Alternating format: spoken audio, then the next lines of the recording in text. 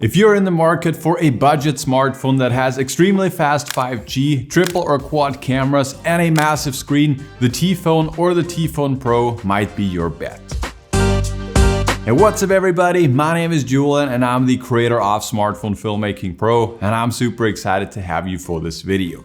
Magenta has created two new smartphones in cooperation with Google, the T-Phone and the T-Phone Pro. The regular T-Phone is free if you pair it with any contract from Magenta, and the T-Phone Pro is only 49 euros paired with a contract. Both phones can also be bought without any contract and will run you 229 euros for the T-Phone and 279 for the T-Phone Pro. I have been using both phones for about 2 weeks now, and in this video I'll share with you my experiences and we will find out if phones this cheap are actually any good. Make sure to watch this video till the end to find out about the camera features of these phones. First of all, let's see what you get. With the Pro version you get a massive 5000 mAh battery as well as a huge 6.8-inch HD Plus screen. And inside the phone is powered by a MediaTek 700 processor. But what does that all actually mean? What is it like using the phone in real life? And to be honest, I gotta admit, I was not expecting a lot from phones this cheap. You gotta keep in your mind,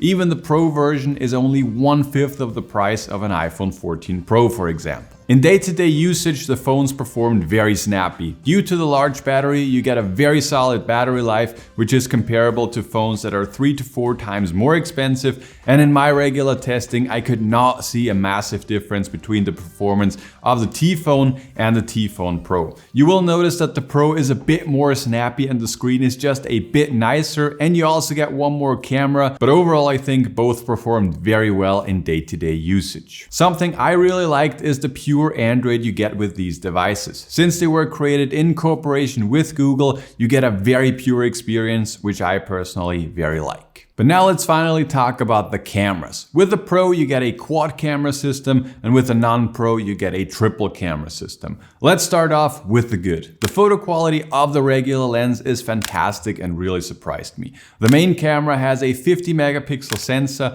and the photos you can get from this camera, they are just great. The live view does look a bit washed out and not that great to be honest, but due to the amazing processing, you will get amazing results. If you take a photo, you just gotta wait like a second and then you will get the full quality and the full experience. The photos were detailed, had a great dynamic range thanks to the auto HDR feature, and overall they just looked nice. You only get an ultra-wide-angle lens with the T-Phone Pro, which does create a nice wide-angle feel and look, but you do lose some quality and details, but still you can capture some nice views anyways. When it comes to the video side of things, you get a 2K image with up to 30 frames per second, or you can also drop the resolution down to 1080p and then you can shoot up to 60 frames per second. If you film in great lighting conditions, you can get some decent results. I was using it recently on a skiing trip and I got some solid results. This is definitely not comparable to the high-end smartphones, but always keep in mind that this is only 1/5 of the cost of a high-end smartphone.